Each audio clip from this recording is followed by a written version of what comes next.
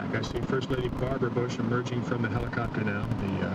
The strobe lights of photographers out there watching as they come out.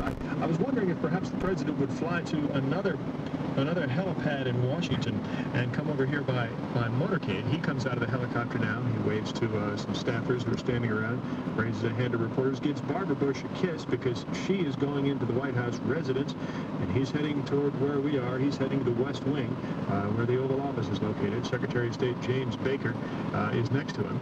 It's very unusual. I see Vice President Quayle was there waiting for him, too. Chief of Staff John Sununu. It's unusual for the White House to announce when the president is landing with the kind of exactness that they did tonight. And for security reasons, I was a little surprised they would do that, and I thought maybe they'd fool us by taking him somewhere else. But he did come right in over the fence and land on the White House lawn. I see him passing the group of reporters and photographers now, yelling questions at him. What are you going to tell the nation? What can you tell us? He raises a placating hand but doesn't really say anything toward them. The president will give us some background, give us some history, a list of the diplomacy. He will take some pains, I should think, to point out all the opportunities which, from the U.S. and the Allied point of view, Saddam Hussein missed when it came to achieving peace without this sort of war. Again, about 10 minutes from now, we're standing by to hear President Bush's report to the nation on the latest developments, and you're listening to continuous live coverage of the developments in the Persian Gulf, live via satellite on the Unistar radio network. One U.S. military official had said earlier that it will be like getting hit in the face with a baseball bat.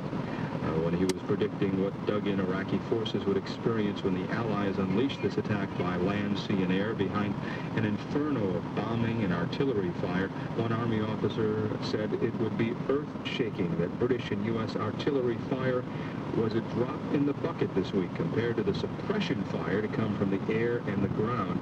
He said you can safely say it would be bigger than anything since World War II.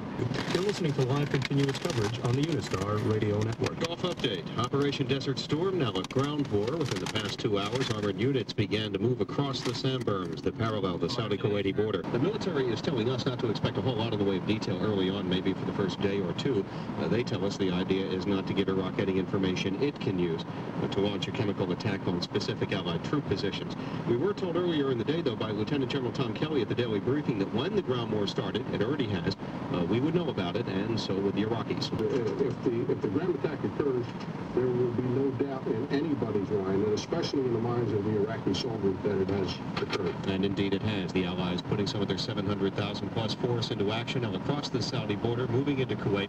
The President will be speaking to reporters at the White House in just a couple of minutes. The Pentagon not long after. I'm Jonathan Aiken in Washington.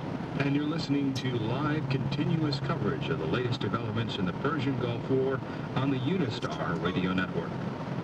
President Bush's man, it's difficult to get to stick to a deadline. When he wants to do something, he wants to go, and he says, oh, let's go. So very few people can get a view of the president just before he comes through the door. So it happens very suddenly when he pops through. He walks fast. He'll come up to his special podium and begin to speak. It's just about 1 minute from now by my watch. That is, of course, Rich Riemann if he hits the 2-minute point, which he is liable not to.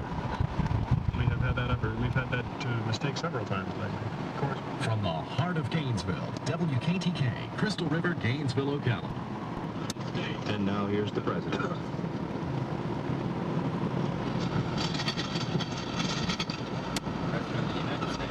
Good evening.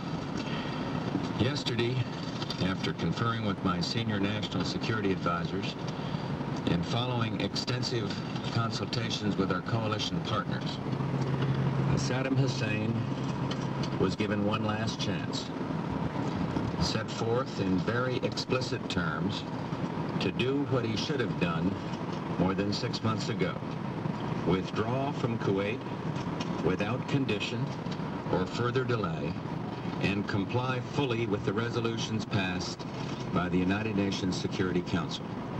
Regrettably, the noon deadline passed without the agreement of the government of Iraq to meet demands of United Nations Security Council Resolution 660, as set forth in the specific terms spelled out by the coalition, to withdraw unconditionally from Kuwait. To the contrary, what we have seen is a redoubling of Saddam Hussein's efforts to destroy completely Kuwait and its people. I have therefore directed General Norman Schwarzkopf, in conjunction with coalition forces, to use all forces available, including ground forces, to eject the Iraqi army from Kuwait.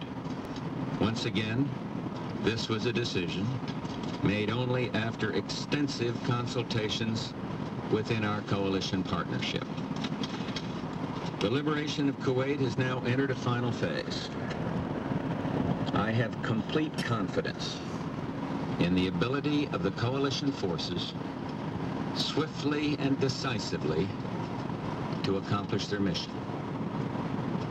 Tonight, as this coalition of countries seeks to do that which is right and just, I ask only that all of you stop what you are doing and say a prayer for all the coalition forces, and especially for our men and women in uniform, who this very moment are risking their lives for their country and for all of us.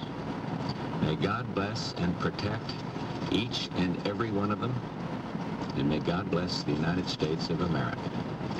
Thank you very much. President Bush finishing his remarks at the White House briefing room and leaving before taking any questions from reporters.